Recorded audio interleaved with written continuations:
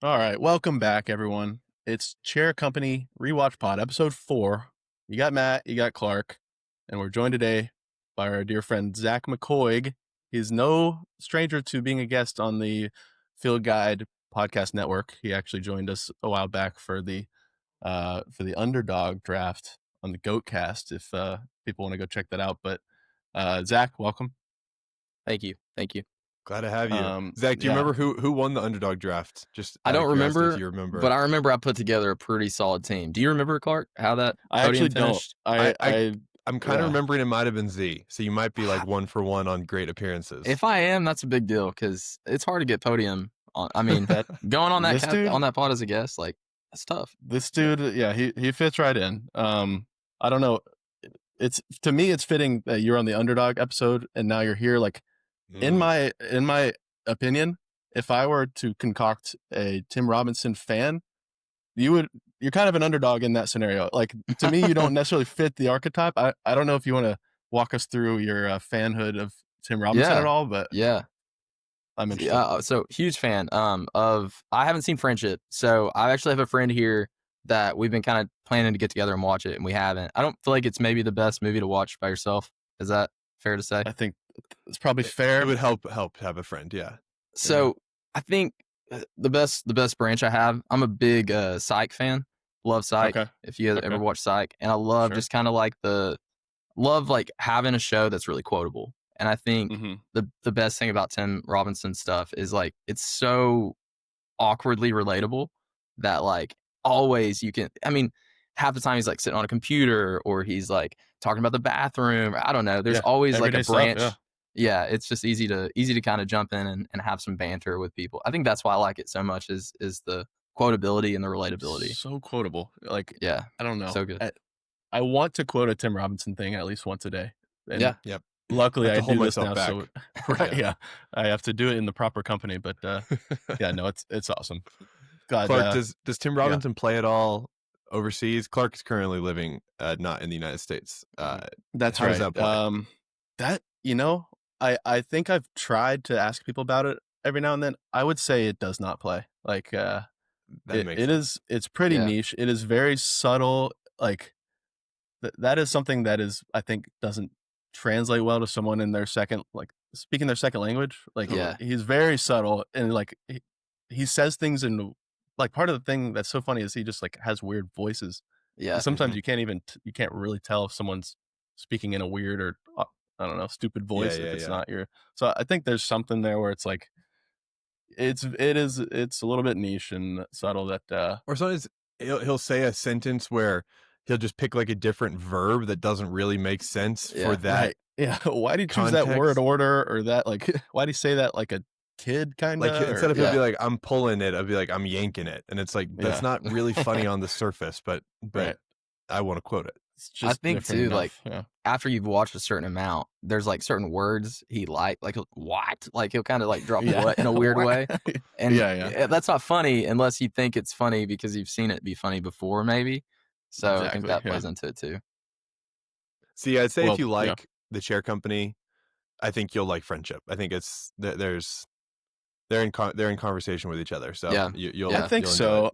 I'll push back a little bit. I do think this is working a lot better for me than Friendship. Friendship, like the chaos all in 1 hour and a half, it was like almost too much. Like there's like, there's too much going on. Like it is so absurd. He's so crazy and like irredeemable. Like it seemed like too much to try and convince me that could happen. But like it kind of unfolding over a series makes a little more sense to me. No disagreement. Yeah. One thing I've noticed about the Chair Company too is like sometimes they'll like sacrifice 30 seconds just for a joke. Like they'll give him a little piece like where he can make a big joke. And I don't know. I appreciate that where I feel like maybe in a movie you can't really like sacrifice. Got to keep it tighter. Yeah. Like last week, episode 3, when LT was kicking the cardboard boxes and the Jeep Tour box, and then there's kind of a pause and they sit there for like 5 seconds. And he kicks it one more time. Right. They let you sit and he's like looking at the box. Yeah, they'll let you sit in it a little bit, which is works for his style a little bit more. But all right, what do y'all say? Let's jump into it. Let's do it. Okay, so episode 4, and I had one little thought about the intros. I wanted to get you guys' thoughts about it. So obviously they kind of bring you up to speed on some stuff that they probably think is necessary. I don't know what are y'all's thoughts on like skipping intros, or do you watch them? Like, to me, I watch them, but I'm always a little bit like, now I feel like I'm a little bit like led on to what is going to be developed in this episode. Or maybe it's not even how it actually works, but what do you guys think about that? Matt, do you have any thoughts? Yeah, so I skip them every time, no matter what the show is. I mean, as long as I remember to. And the reason is exactly what you said. So I was thinking, actually, it's funny that you asked the question. I was trying to explain to someone recently, I do a lot of crosswords. Clark also does a lot of crosswords. See, I don't know. I don't want to exclude you from that. I've got into it a little bit. Yeah. Nice, cool. Nice. Good. I'd say from you, New York Times. Good. I love that. Come on, bro. I love that. Thank you. And I was doing a crossword at work. They bought the super mega New York Times crossword, and it's in the middle of our office, and everyone kind of chips in. It's like 1,300 clues, so it's an undertaking. And this one guy had I'm hesitant to say this because I worry he's going to listen, but he had looked up some of the clues just because he was curious, and he had basically come over and started telling me, like, he was not trying to spoil it, but he was saying, like, oh, that's a really hard one that you won't get, and like that's a really weird word, like stuff like that, like not trying to spoil it, trying to be helpful actually. But but he has information that you spoiled. Exactly. And so I was trying to explain to him, like, but now I'm going to think about this clue a little different. I'm going to be like, oh, this has to be some weird word. Like the clue is about cement, and I'm like, okay, so I'm going to stop thinking about asphalt or anything normal. I'm going to have to like think about something weird. I have that exact same experience with intros. So like, ooh, I'm going to keep an eye out for whatever. The Jeep tours are coming up. Yes, exactly. Z, I don't know. How do you feel about that? I'm a skipper too. Kind of like Matt. I wouldn't say exactly for the same reasons, but more so like I kind of want to remember what I remember. Like I think what you recollect about a show is what you appreciate about the show. And so I don't want to be like reminded of all like the drama that I didn't care about or something like that. I kind of want to just like watch it to enjoy it rather than maybe like be told what to remember or something. Yeah, be fed the highlights. Like maybe the highlight for me wasn't like that specific conversation. I didn't care about that. Like I've been watching Game of Thrones lately, and the intros in Game of Thrones are crazy and super annoying. And you're like, let me watch the show. I don't need to see that again. Right. So right. I don't know. Especially when you're kind of, I don't know. We're not binging necessarily, but like we're watching in quick enough succession that you're not forgetting the whole plot. Like, yes. Yeah. Today was the first time I was like, oh, they told me these things that like I remembered that, but now it's like, why are you shoving that in my face? So it's funny. I did watch this intro. I did watch it. Like I don't normally, and I did watch this one. So it could make it even a little bit less fun. I think exactly to your point, Z. Like when that thing gets brought up, and you're like, oh my gosh, I remember that. Yeah, from I was already 3. there. Yeah, I was already on it. And then you're not necessarily like proud of yourself, but it's just a little more fun to make that connection like authentically. Yes. So it's a good note. Okay, so after the intro, skip. We open up. For the first time, we have like a flashback. We open up 6 years prior. They're at Barb's company dinner sort of thing. Tim's having some weird conversation with some guy who's like, I don't know, classic. What is it? Costello type humor. I don't know. The like Curly and Moe, those guys. The Stooges. Three Stooges. He's got that kind of vibe going on. But anyways, Ron and Barb are like, let's get out of here. So they Irish, and they go to a bar on their own. They start they're feeling loose, and they're like fantasizing about doing their own passion projects. And so we get a little bit like we start going back to this Jeep tour stuff, but we also get let in on Barb. She's got this whole, I don't know, bee in her bonnet about some invention idea about this portable breast pump. Stylish. Yeah, and stylish one, of course. Z, do you think Mick would use this product just from initial the initial description? Stylish, is that important for her? Right. I'll say this. So my wife has me and my wife have a 9-month-old right now. So she's been living this life. She's got some portable breast pumps. They're covered. So maybe if the stylish aspect was like to make it less obvious. Yeah, sure. But I don't know that I would consider that stylish. I might say like more obscure. I don't know, like or something. Yeah. I might use a different verbiage there. Right. But potentially, I think that So the market is a little light in this particular area. So Barb might be onto something. She's got kids. maybe. Like yeah. Yep. And Z, Mick might really care about supporting a small business, up and coming business as well. That's right. That could be the factor that yeah. puts you over the edge. I mean, Mick's bought in. I'll say that if it's a good product, we're bought in. We'll invest. That's good. So I did have a question about that for you guys, like, because I had this initial thought in that conversation. Like, first off, that Ron is the cool guy. Like, oh, that guy was so excited to talk to you. I thought that was really fun. Yeah. But that is funny. But do you guys think that this I'm gonna call it Adventure 365 related idea was like made up on the spot? Do you think that he was so jealous that she had this idea that he was like, I have to have something? Or do you think it's actually like this kind of brainchild that he's been growing for a while? To me, it was funny how much he like focused on like this could help people. Like, it's not. I mean, maybe later on we kind of learn how he is framing that, but like that's not helping anyone. Like, I don't know. Yeah, so maybe it morphed a little bit, and he's like, I have this awesome idea, but he needed to validate it or something. But that's an interesting thought that he is like, oh, me too. It's a really good note. It is just underbaked enough that I choose to believe that Jeep tour is, because we don't see him driving a Jeep. We don't have any reason to believe he's an outdoorsman. Right. It could have been a week ago or that night or something. He's like, saw a Jeep. Yes. And we do. Yeah. Maybe exactly. Sees the Jeep maybe passing even the bar while they're sitting there, and he's like, okay. That's it. And we know that he is not insecure is not exactly the right word, but he wants to be kind of a part of things with other people. Like it would be within Ron's character, and especially just Tim Robinson generally his characters, that he would be like, I'm making up a business right now to fit in. Yeah. Right. That's a really good note, Z. But he's supportive. Like, he's like, oh, this is awesome. Like, we're going to be a good example for our kids and whatnot. And so they kind of agree to go for it. And he's like, he's not helping anyone at Fisher Bay. Like he's like, I can't go back to this company, blah, blah, blah. I'm going to do something that helps people. Yeah. And then obviously we fast forward present day. It's back at Fisher Bay. There's more to this story that we're not really sure about. And then, so we back in present day. Ron he's reeling about this mask guy. And which fair. Yeah, like that's crazy. Yeah. Like that's creepy as all get out. How'd it go so fast?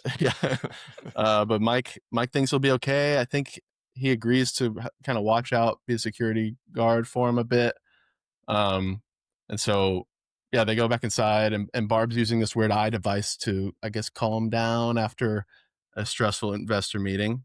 So another device that, maybe there's a market for that I didn't really know about, but I think they hit the nail on the head when I don't know if it was in this exact conversation. Maybe it was in a flashback about Everpump, where they talk about Brookstone, like that store in the mall, because that is exactly the kind of things that are in Brookstone. Yeah.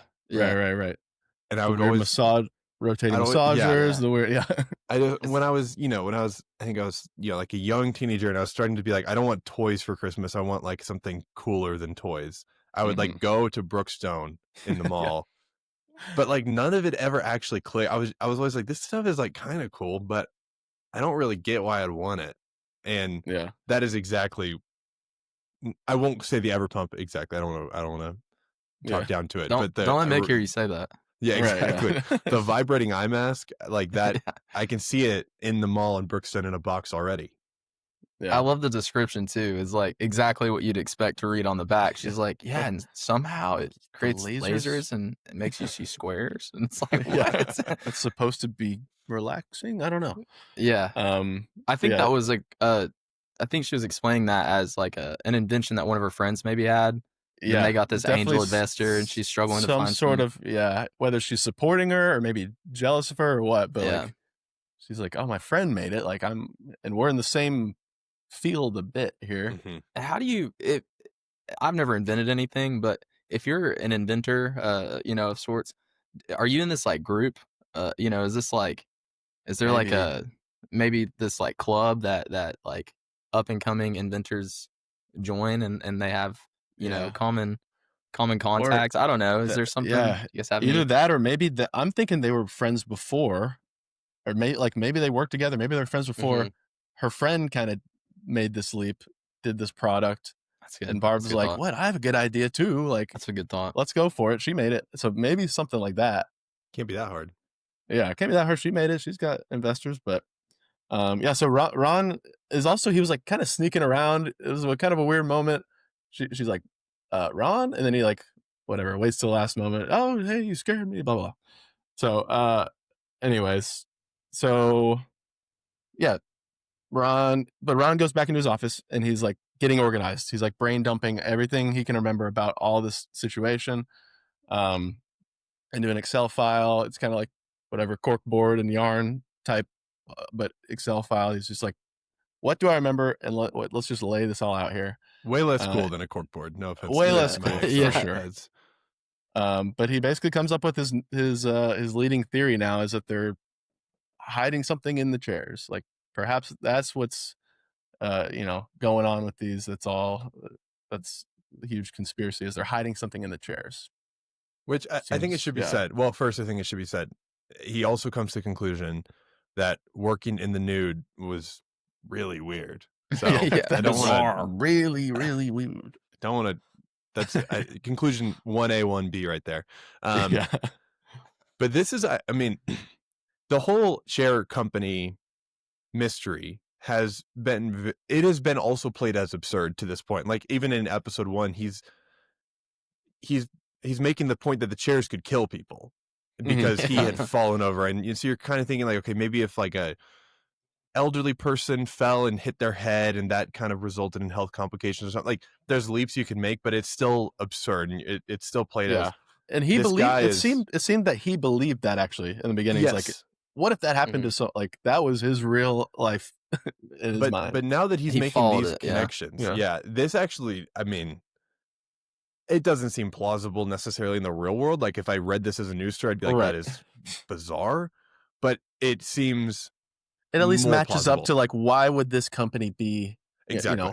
Assumingly this company is really mad that he's looking this far into him. Like it's not because they're falling apart, and maybe like This is his first theory that has legs, I guess. Mm-hmm. Yeah, I love that he's like finding like an actual like reasonable kind of avenue to pursue. Like, okay, what could be happening? Like, rather than saying like these chairs kill people. Like, okay, they're not trying to kill people, right? But what are they trying to do? I kind of like that.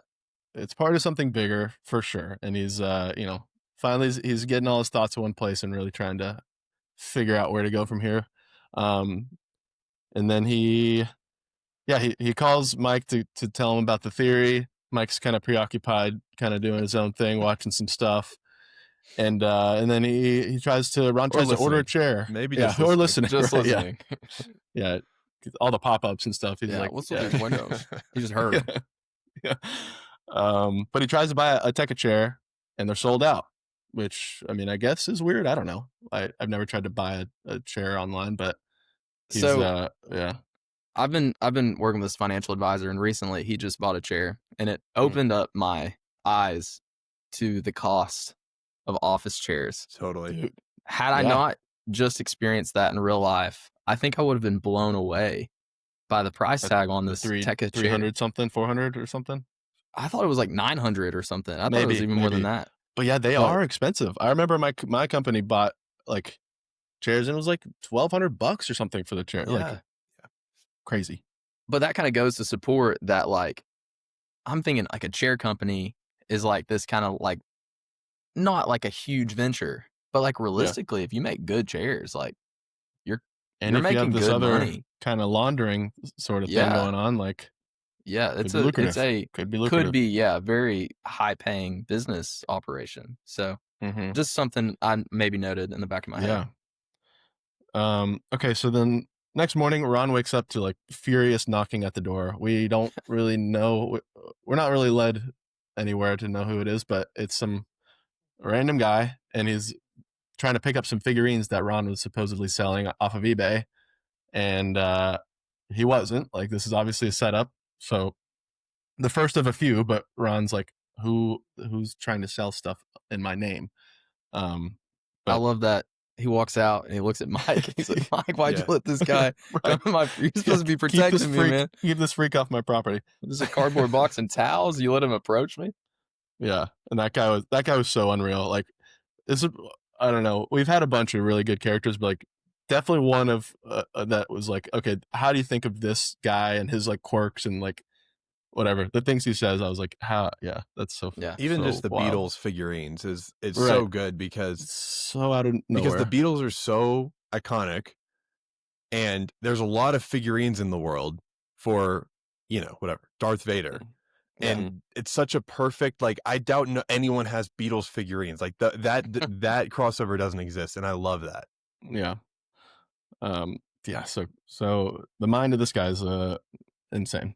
Okay, so then they go to work, and so Elon is the gentleman who is having the kind of pushing for the football idea, and his Jim Brown sculpture idea is really like gaining traction.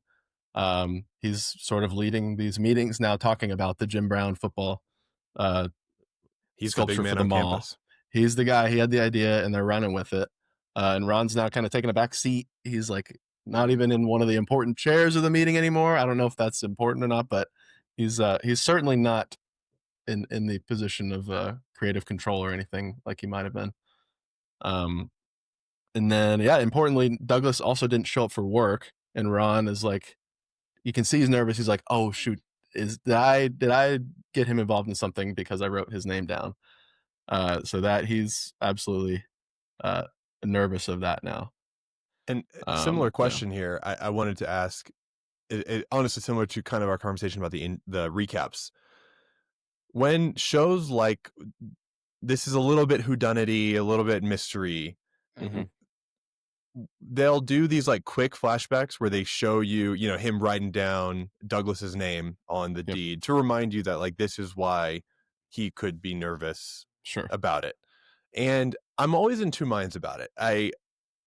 I think it's obviously useful. I also don't know that it's needed, and I'm curious y'all's thoughts. It's a bit spoon-fed. It's a bit spoon-fed. I agree, but see, I don't know what. I think maybe just like like doing without like the flashback to the paper. That was like maybe too far in my mind, but like just like maybe just like saying Douglas isn't here, like having a quick little reference. Yeah, maybe wasting some time, wasting some screen time. The look on his face is definitely. I would say it's enough to. But I guess you could think that, I don't know, maybe for some other reason, he's like, oh, Douglas, my enemy isn't here. Like, what's he up to?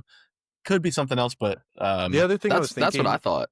That's immediately where my mind went. Like, they're enemies, Something I had thought initially on, like, when I think I texted you about this, like, watching one of the past podcasts, but when it zoomed in on the picture of the chair with the address, like, I think it was that picture where Douglas had this, like, this kind of snarly look on his face, like giving him the stink eye for sure. Yeah, like I feel like Douglas has like kind of this like this villain side of him. He's got a vendetta for sure. That maybe there's more to the story, but he for sure has it out continually for Ron. The thing I was thinking on the flashbacks, not don't claim to be a filmmaker, but instead of showing us writing Douglas's name, maybe they could show us a quick flashback of Tim at the deed office, like not writing the name yet, just handing the paper, whatever. Because part of the satisfying thing is making the connections ourselves, and if they take that away too much, it can be not that fun. I don't think it's heavy-handed here. It's just like quick flashbacks, and there's obviously movies that it's way more heavy-handed. Yeah, but I think maybe giving us the important flashback, like one layer removed, could be fun to at least give us that one layer of making the connection ourselves. For sure. When you guys watch, go ahead. Sorry, I was gonna say when you guys watch stuff like this, I feel like I would have to guess like at least 85% of people are probably in the same boat that I would assume we are. Is that like when you're watching a mystery show, whether it's a crime show or anything, like you're trying to figure it out. Like that's the fun of watching it. That's kind of the draw for me. Is like you're trying to kind of read between the lines the whole time, pick up on like maybe the subtleties of it. So is that what you guys are doing? And do you think maybe some of that's lost with all these flashbacks? And because that's kind of my take on it. Maybe you're losing a bit of that, like, right, playing detective. I certainly am. That is every episode. I mean, I've obviously watched ahead, but like I am always trying to figure out like who is it? Mm-hmm. Who is at the bottom of this? Is it Tekka? Is it whatever? Who are these people that he keeps finding out about? What are all these different plot lines? Like they're all important. What is the one? So no, totally. Like showing stuff like that, like it is nice, but maybe it's purposeful. It's like he wants us to think more of Douglas than we might have before. Yeah. But no, I'm totally watching from that lens of like, okay, this is funny and as all get out, but I like am genuinely interested in like, okay, what is going on here? Okay, so we're back in the office and they're meeting with a new HR fella who they brought in to do an independent evaluation of his relationship with Amanda. Because a photo surfaced of them in high school and Ron had his arm around her. And so that's damning. Like that's gonna be tough. It's gonna be tough, man. But during this meeting, he gets a call that he cannot be represented as a model, and he, of course, is like, "What?" So I mean, that's another setup. That's number 2. Now he's like, "Okay, maybe it's Tekka." He assumes it's Tekka, that someone's after me, someone's messing with me or trying to whatever. But that's number 2 of the day, where someone is just, I don't know, pranking him, kind of. They're really pranks. It's yeah, harmless pranks, to be honest. Harmless pranks. Yeah. I love the guys on the phone. This is the worst part of my day. Right. Yeah, your face wasn't good enough. Too extreme. Your face was. I love the idea that exact that issue. When you get a call back from a modeling company that you've applied to be at, that they tell you were close, and then they tell you the guy that beat you out. Like, sorry, but you lost to Bald Harmon. So Bald Harmon got you there. Look him up if you want. And he's surprised he doesn't know who Bald Harmon is. Yeah, so good. Right. Yeah. Okay, but then so Ron goes back home and he's searching through the yearbook to find whatever this picture is, and it's from a play. So he's like, what the heck?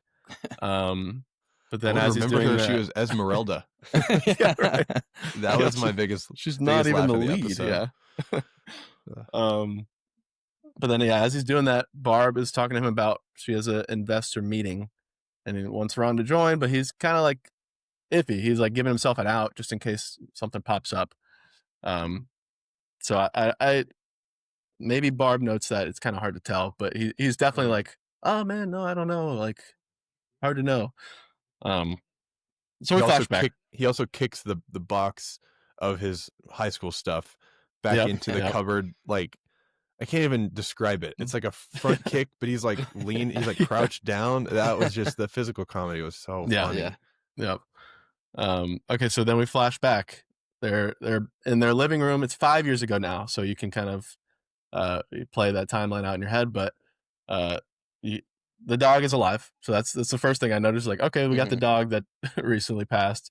Yeah. Good look. I was thinking, do they still have a dog? I didn't remember that. So so it was like, oh, the dog's here. That's the one that Tara's dad was wrecking. It's too much. Yeah, he just jumps. And so Ron comes home and he has a horror story about his day at trying to impress the investor.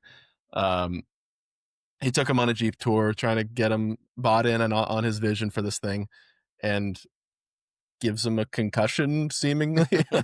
Runs him into a log that he thought for sure he could get over. It seemed like he swerved off the road to hit the log. It didn't look like the log was in the middle of the road. I don't know if that was doing a bit of a trick shot, perhaps. He was making it more exciting. This Jeep tour can be a little bit exotic. Gives him a concussion and then like lets him go to sleep, which from my limited understanding is like the number one no, right? Yeah, pretty much. It's like, just put him back to bed. I love the idea that's Tim's worst nightmare, that he's in the car with somebody for a prolonged amount of time and he just can't get this guy to smile. He's done everything about this thing. That's just like, that's got to be like a genuine fear of his, right? Like you know that that's something that would make him so uncomfortable. Right. So I kind of love that coming out. He doesn't see the vision, which we do learn. We kind of get let in on his how this is actually supposed to help people. This is supposed to be therapy for soldiers to kind of ease them back into society and give them a thrill or something. I don't know. No one's seen the vision, me included, by the way.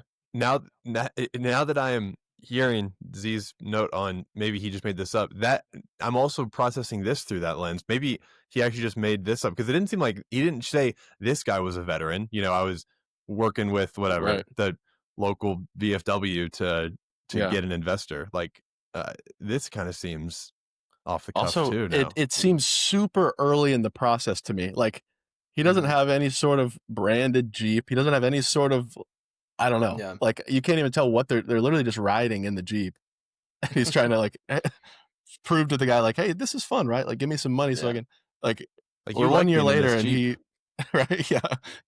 You would do this, right, for money. But yeah, we're 1 year later than when he had the idea, and doesn't seem like he made a ton of progress, but maybe assumedly is full time on just before I'm going to work. But yeah, I don't know. What else has he got to work on? What is in that box of the Jeep Tour's paperwork? Like, what's all the paperwork? Right, yeah. Maybe just brochures. That's kind of where my mind went. But maybe different routes in the forest. I don't know. Yeah, don't hit this log. Also, like logs to watch out for. Is this like town? He's talking about preserving the nature, kind of in episode 1 about like preserving the nature in the small. So is this like some very like beautiful town? Because like I've never been on a Jeep tour. Never chosen that. Never even really been interested in that. Heard of that being a thing, unless you're on a safari or something. Exactly. So I'm just curious, like, where is this place? What does it look like? Why is football so important? Yeah, it's it's Canton, Ohio. I can't imagine that is a overly beautiful place. I've been to Ohio. But, it's not right. No, I'm not knocking Ohio, but like right, probably different outdoorsy things to do than ride in a Jeep and just look at nature. The main thing I was thinking of like trying to place this place is this doesn't really work maybe for pro football as much, but there's some parts of Georgia that look a little bit like this, and maybe he's like in a small town in a forest kind of in Georgia, and obviously Georgia really cares about football. That was kind of the best like meeting of those two that I could come up with, but obviously he's in Ohio, but that was the closest I could come up with. But it also seems like it gets really cold there, so maybe that's cooked. But regardless, he's upset that no one sees his vision, but he's determined. Like he says, he would rather die than go back to Fisher Row Bay. So he wants to give this thing a real go. Regardless, we fast forward present day at Fisher Row Bay immediately. So we know something happened. But so yeah, Ron gets another scam call for the modeling agency again. He didn't get the part again. Tough. And they did go with Bald Harmon for this. So obviously he's an obvious choice. He's dominating. Right. Got to go with Bald Harmon for this role. But then he took the call, but he hangs up and he sees the Tekka chair sitting in this random room, and he starts just tearing into it. And then Dr. Stevens, the HR fellow, walks in and is like, hey, you're in my temporary office and you're ruining it. And Ron kind of scurries away, but you don't even have anything in here. I love that comment. Like, this isn't your office. There's nothing here that's yours. This was very Severance. That empty office was the most Severance thing I think we've got. Totally. But then so he scurries away, and Ron kind of calls in a favor from the wheelbarrow guy. Like he's like, hey, I need you to take this or find me a chair and bring it to my car. So he's perhaps calling in a favor for not outing his whole wheelbarrow debacle. A good quid pro quo, yeah. And then so Jeff has a surprise for the office. He ordered a beignet truck, so everyone's outside. Ron is a bit worried about Douglas still. It just kind of shows him thinking about him, or and then so everyone's outside. And one thing I noted was I love the like over analysis of this whole thing. Like I'm not sure the guy's name, but he's like really analyzing, what do we think that that Jeff surprise is. What's He's like, do we think it's is it a book? Is it? And then so like when it's revealed that it's the beignet, he's like, I knew it was a sweet, so I'm glad I didn't have that extra sweet for blah blah blah. Yeah. And then also the overanalysis of also failed to forget to write down his name, but right? Lewis. Yeah, that's right. Lewis, who was told to go check up on Douglas. He's like, you know what I'll do? I'll bring 2. I'll eat one of them, and then I'll give one. I'll eat one on the way. Right. That's funny. It's good small talking. Yeah, Lewis is kind of an emerging character, I feel like, in this episode. I haven't really noticed him at all, but I feel like he's kind of growing in his presence on the show. So he's got some influence for sure. But so they're all outside, and Wheelbarrow Fellow, which I don't know if you guys know his name. Maybe we've learned it, but he starts wheeling out the chair, and Ron's like, no, you can't see. Like, take it back. I don't know about you guys, but that wouldn't catch my eye at all. If someone was just wheeling a chair outside of an office building, like, wouldn't even think twice about it. I'd be like, oh, okay. I guess he's thinking maybe they're all in on Tekka, and they hid this chair for a reason, and he's just spiraling in paranoia. But I'm with you. I think it could have made a ton of sense. And it's not like Ron's car is that noticeable. He drives like a, I don't know, dark colored, probably the like most Honda basic or something. Yeah, most basic car you could think of. Yeah. I have one quibble with the beignet thing. I had beignets on Wednesday night, so nicely timed. Yeah, they are so crazily addicting. Like, that was one of the best sweet things I've ever eaten. Really, I mean, like, full stop. And wow, there's just no way you're going to have just one. And it's honestly kind of, I think, cruel to give an office a singular beignet in the middle of the lunch, or like a middle lunch hour. Yeah. I know it's a nice sweet treat, but like, this is the kind of dessert, almost, this is the type of dessert that you get like a paper bag of and you eat so much, and it's not the type of dessert you just eat one of. And so I think this is not the sweet treat I'd choose if I was a CEO of a company, but appreciate the thought, and clearly it's a local business. So, and maybe he had malintent, like maybe you're onto something. Oh, yeah. Sure. Maybe Jeff knew. He's like, he wants them to be distracted for the rest of the day. I'm gonna wreck these guys. Yeah. What are our thoughts on Jeff as a whole? Because obviously he's kind of like a sleazy CEO type executive, kind of shark. Maybe I'm kind of out on Jeff right now. I don't see where the good is yet. Maybe there is some that we're waiting on. What are your guys? Maybe Clark, you have some extra information, but Matt, at least, what do you think?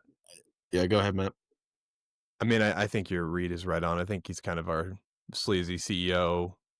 He's like a character from like Silicon Valley TV show or something, where it's like he's kind of a goober and knows how to talk, and that's about it. I don't know. Yeah. You're certainly led to dislike him if you're on Team Ron. Like, they are obviously on, they're not pulling on the same end of the rope or whatever. So it does, you're like, this guy sucks, and he's not helping out my man Ron. Yeah. So I just wonder if that beignet ploy was that his play, or was that like hey, like this guy a little more than you do right now? I guess it was kind of me looking into it. No, yeah, totally. I mean, that seems like definitely his thing is like, I'm the CEO and I'm kind of a mean guy. Like, let's throw them a bone here and get the morale up or something. Okay, so Ron is he's driving home, and he's kind of replaying everything that's going on. You can see that he is again regretting how deep he's into this thing, having all the flashbacks of crazy stuff that's going on, and he's getting scared. And as he's getting scared, he pulls up to his house, and there's all the police lights. Of course, Ron freaks out, only to find out that it was just another basically harmless prank where green eggs I think are actually pretty expensive, so not a little bit less harmless than the others, but he just donated his grill to the police station, which needed everyone, all the squad cars on deck and full lights on. Yeah. But this is, I'm pretty sure this is all in one day, maybe not, but a bunch of stuff going on. Like, I don't know when you guys are watching this, who do you think is orchestrating this? Like, it's obviously hard to know, but like, if you're Ron, you're like, who is it? Like, Tekka's just goofing with me? Like, I don't know. Like, what are we supposed to think here? Go ahead, Matt. Go ahead. Okay. It's Tekka to me. I just am imagining someone at that warehouse that he started in episode 1 where the red ball was. Someone in there, like, I don't know, saw him come in and is like, I'm pranking this guy. I want his life to be harder than easier. That's what I'm imagining. Yeah. Z, I immediately like at this point, which I think maybe this gets kind of scrambled up later, but I think it's Douglas. Like I'm on to Douglas, man. Like I'm sitting here thinking like he's gone. He's got like he knows more than we thought, and he's trying to get back at Ron. Because here's the thing, like these pranks, it doesn't have to be Tekka pulling these pranks. Like Tekka hired somebody to like put a hit out on the guy. Like Mike came in and hit him in the head with a pole, and so in my head it's like somebody's pranking him. It's probably Douglas, like trying to get back at him. He got his promotion. He's still mad. Nobody came to his party. Like that was kind of my thought. Honestly, it was like these. I'm not positive these are linked. Yeah, like Ron's got his hands in a few different weird things. Like you said, could be Douglas. Douglas is, got some stuff out for him. What if it's Amanda? Amanda's got whatever. There's obviously something going on there. Could be Tekka. I mean, maybe it's Ken Tucker, who, he's on to these other people too, who may or may not be actually Tekka. It's like, to me, it was unclear. I was like, who do I think this actually is? Yeah. Could be Mike. Mike is at his house all hours of the day, and that doesn't matter one bit. And like we said, they're kind of harmless. Like, let's not put it past Mike to just mess with them. Like they're one of friends, kind of. He's got. What if Mike got hacked from those pop-ups, and that's that's the reason, right? That's the reason this is happening. Leaked some info. I mean, good thought. That is not outside of the realm of possibility. But okay, so I mean, moving on. Ron fakes a bug infestation. I think he fakes it. It's kind of hard to tell, but gets them all out of the house because he's obviously he is very concerned for their safety, even though there's only been one real issue, and it was just Mike. Like there actually hasn't been an attack on his safety from the people he's afraid of. So then they're trying to figure out where to stay. They're driving off, and it turns out that their best option is to stay with Tara and Natalie. And Ron does not want to do that. He's kind of made it obvious his disdain for Tara at this point. Which. And we're immediately on Ron's side. Yeah. Do not blame him. She is an interesting character with plenty of quirks. And so they arrive there. I think, is this the first time we learn about her job? Maybe they mentioned it earlier, but she photographs fast food seemingly.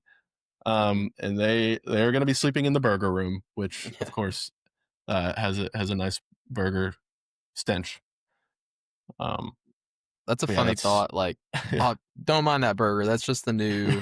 What did she say? It's like almond pimento or something. Pimento from Wendy's. It's just a new Wendy's burger. Which does sound like, I feel like Chick-fil-A has been doing a lot of new sandwiches recently. Not that they need my business any more than they already get it, but because I'm there every day. But that feels like the type of thing you're just kind of picking two words out of like a hat, and that's the burger. Like, okay, the barbecue.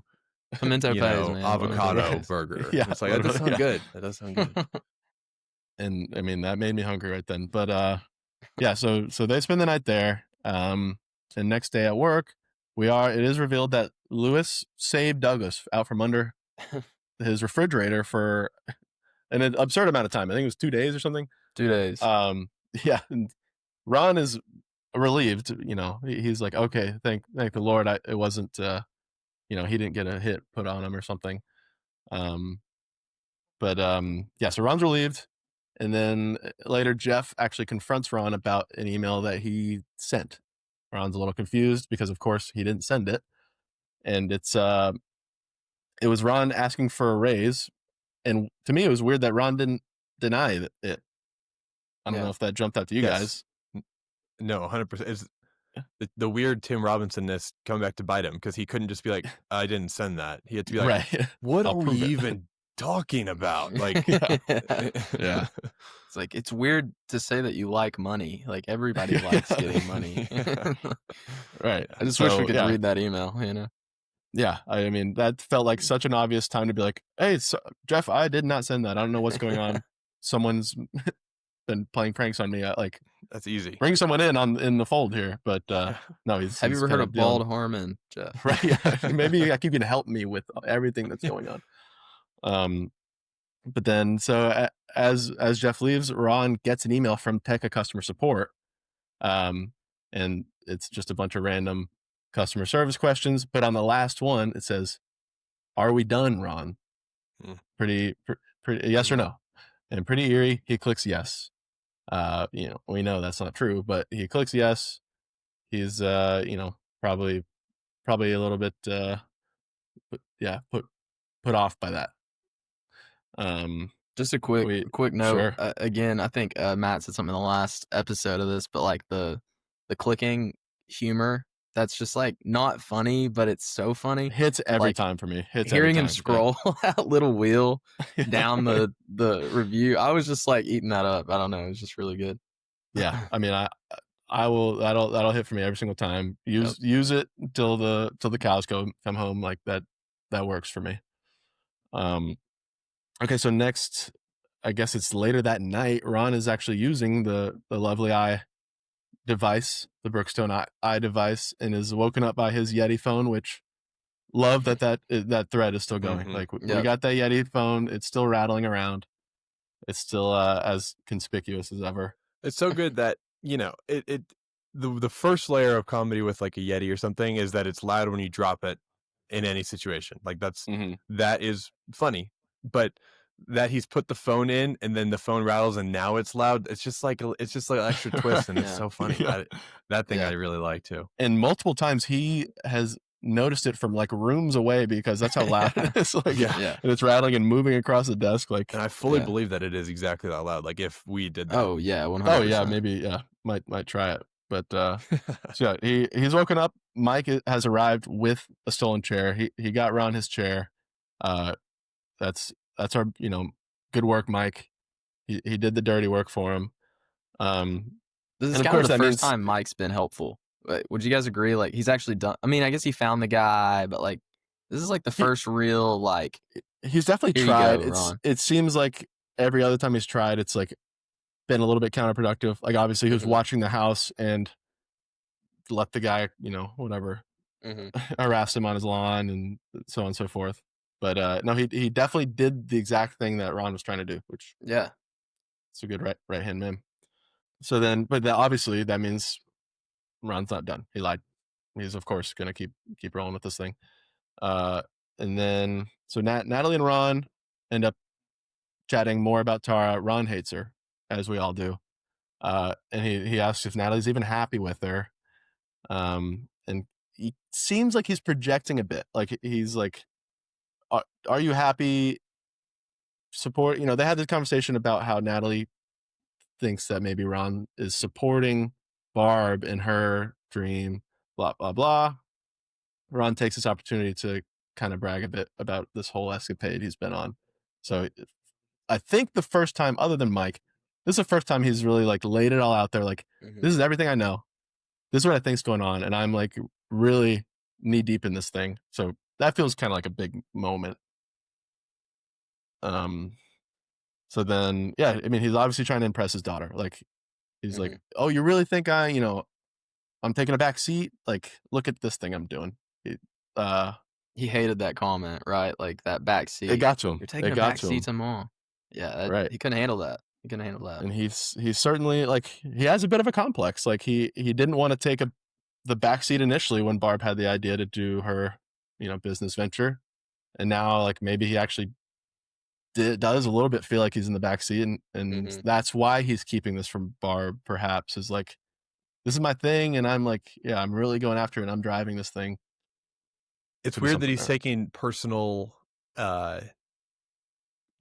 pride in this investigation that he also kind of clearly doesn't.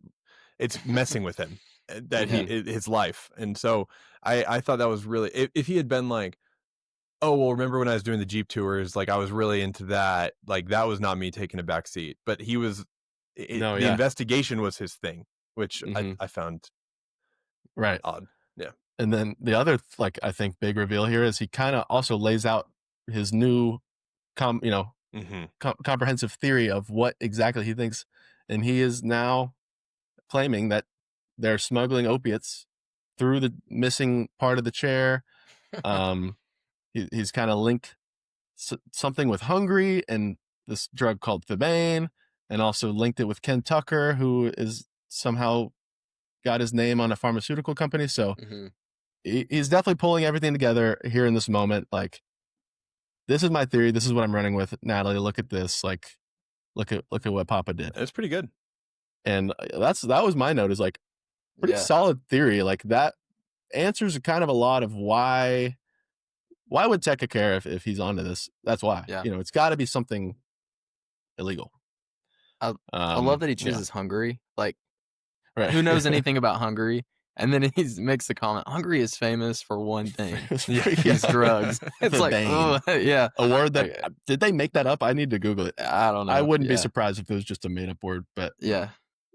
And apparently, of course, everyone knows you can transport the thebaine in stick form. I don't know. Yeah. So, but regardless, a little far fetched. Yeah. But a good theory. Yeah. A good theory for sure. Seems solid to me. Seems like it's got something there. But again, why is he only telling this to Natalie? Like, this is the first person he's let in on it.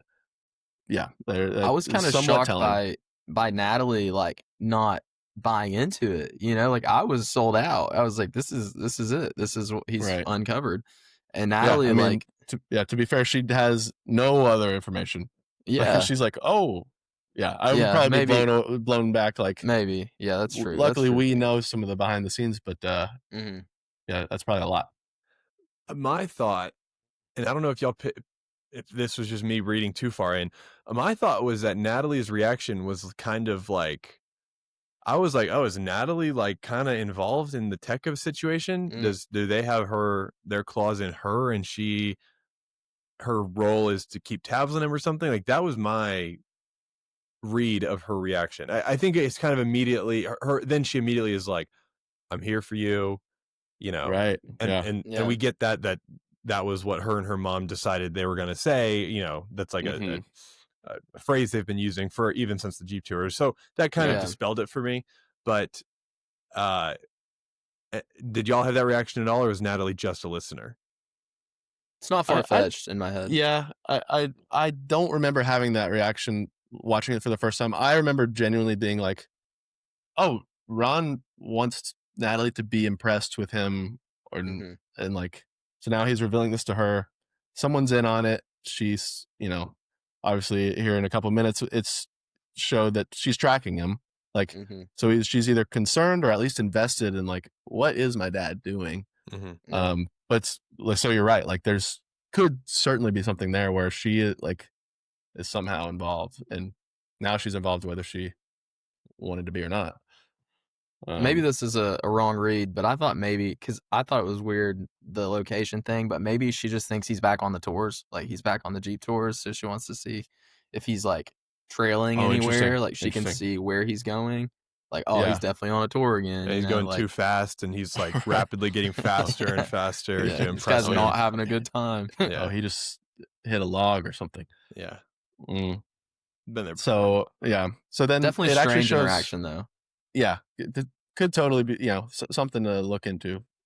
But so later, Ron actually does make it to the investor dinner that he was kind of trying not to make it to, only to be called away by Mike because or sorry, not Mike, Steven, who's the deed fella, the crazy deed fella. He's finally figured out, okay, I remember where Ken Tucker was from, or he has him right there. He calls and I've got him. I've got him. I've got Ken Tucker right here. And so Ron needs to leave urgently for work.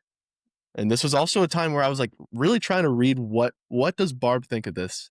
I could not get anything. Like, it almost looks like she's like proud of him, which to me, I would think they would be more leaning into like, why does he keep leaving? Like, suspicious. I would think that would be her reaction, is like, he's leaving again for work stuff in a weird hour. Like, what is he doing? But she almost, and maybe that's a complete like misread and there's nothing there, but that was certainly jumped out to me.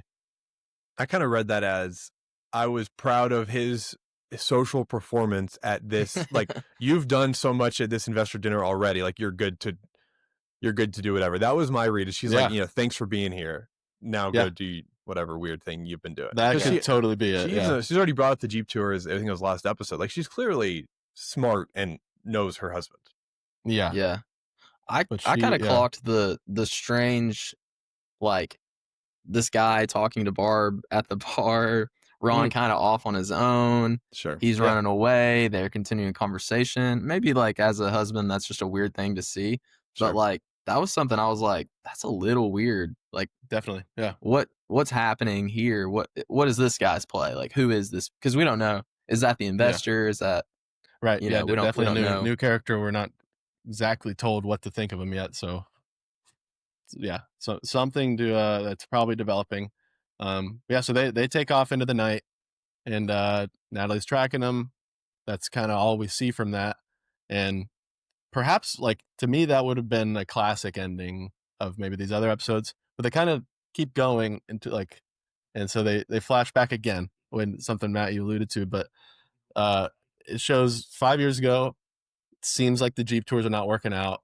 Ron's kind of talking to himself, trying to figure out how to save this thing, and then Natalie and Barb are kind of watching from the doorway, and like you said, Barb says to Natalie, like, this is how we're going to approach this. Like, just tell them we love you, we trust you, and we got you. And she obviously used it 5 years later in a completely different circumstance, but so they support him, or at least that's their mantra. And that's actually what we're left with, which seemed like a little bit of a change from the other episodes. Like, they don't just leave you with the hard action, kind of like, we're going to open up with this type storyline. But do you have any thoughts on why they maybe chose to end with that rather than, like, you probably could have switched that order? I don't know. Z, did you think anything? I don't know. Yeah, I kind of thought it was a strange thing too, because I expected that too. Like, he has this, like, Breaking Bad moment where he walks out, the car's waiting on him, he hops in, Mike drives him away, and then it kind of takes us back to, like, maybe it's just kind of showing some, like, suspicion, because it's a strange, like, this is the first non-cliffhanger in my mind, like, right, kind of, because, like, we don't know what's going on with Ken Tucker. Like, does this guy looking at Ken Tucker, does he have him, like, in the trunk of his car? Like, we don't really know. Yeah, we don't know the setting. I got him right here. But it's not, like, as intense as we've had in the past few episodes. So maybe we're meant to read more into, like, the suspicion of his daughter. Is his daughter going to play a bigger role? Like, is something going to happen with her? I think we need to know something. I'm just not maybe sure what exactly that something is. Yeah. What are your thoughts? I also probably wasn't expecting this as the ending scene. The main thing that I remember turning the episode off and thinking was that there's something weird with Natalie, and just something.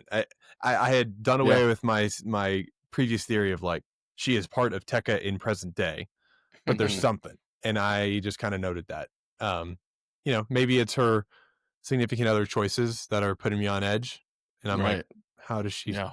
What do you see? How does she do that? Yeah, she can't even play Twister. And imagine the atrocities you're capable of if that's who you're spending, who you're choosing.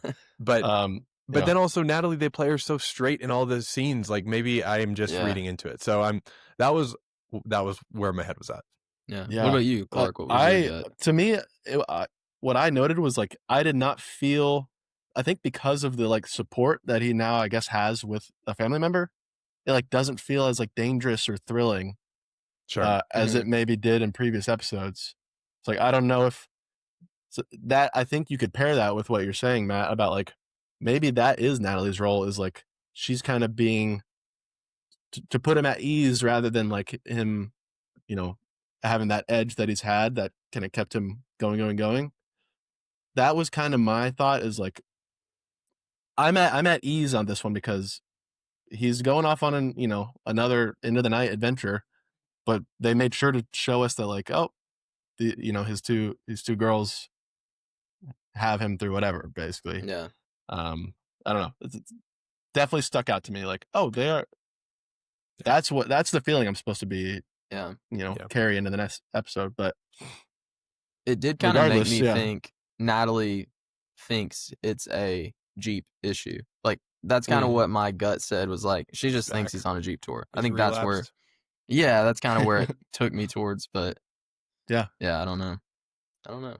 But I mean, we are left with a cliffhanger regardless of how they ordered it. Like, we have some stuff coming up in episode 5. We got Ken Tucker right where we want him. We're gonna find out all the stuff he's got his hands in, hopefully, because he's been tied to a lot of crazy stuff. The pharmaceuticals, the big red whatever ball, media, blah blah, tech. We're gonna see what's up with Ken Tucker next episode, and I assure you, I am excited for it. But before we end this one, and thanks Z for coming on, I wanted to ask y'all a question. Please. Of the 4 entrepreneurial ventures that were given this episode, Jeep Tours, beignet truck, mask, vibrating mask, and Everpump. If y'all had to quit your pursuits and jobs right now and do one of them tomorrow, which one are you picking? This is a no-brainer for me. I'd go beignet. I'm going beignet. And maybe I'd expand a little bit, maybe throw in, I don't know, some churros, some coffee. But that seems like a nice time to me. Going around to different office parks or going around, like, that would be, beignets can't be that hard, right? It's fried dough. Yes. So I'm out on the beignets. I'm a donut guy. I'm a loyal donut guy. I can't turn my back on those. I feel like the food truck business is a dog eat dog kind of world. I feel like people are after you in that business. After your truck, after your business. I don't know. I'm gonna have to go with the mask. I think it's already it's marketable. It's already on the market. Maybe I don't know exactly why people need it, but man, you see these LED masks on people's faces and ads all the time, and it's like people want consume that. Those gadgets. Those gadgets are consumable for sure. But I'm gonna hop in with the weird laser eye. Yeah, the alt health kind of world is you can convince people of almost anything, it feels like at this point. Yeah. So seeing squares, that I don't know, they'll fix your vision. Do I want that? Yeah, why do I even know that I want that? Yeah. Somebody does. Matt, what was yours? I'd probably go Jeep Tours. Well, I think clearly we've learned there's little to no market, at least in Ohio, for it. So maybe there's at least what he's going for. Maybe there is a different Colorado's got to be better for Jeep. Yeah, Tours. I'm imagining just the lifestyle of driving a Jeep all the time, and even if I can't get him to smile, I'm driving a Jeep, and just doors are off, and I'm having a good time. Yeah. No, that would be my nightmare interaction. That no smile. I couldn't do that. I would let him drive. I'd get out. I'd walk home. I don't know. Something bad. I'm sorry. This isn't working. Do you want the aux? Do you want? Right. You want to stop at the beignet truck? It's a comedy podcast. No, that was fun. That was fun. Episode 4, I think, teed up.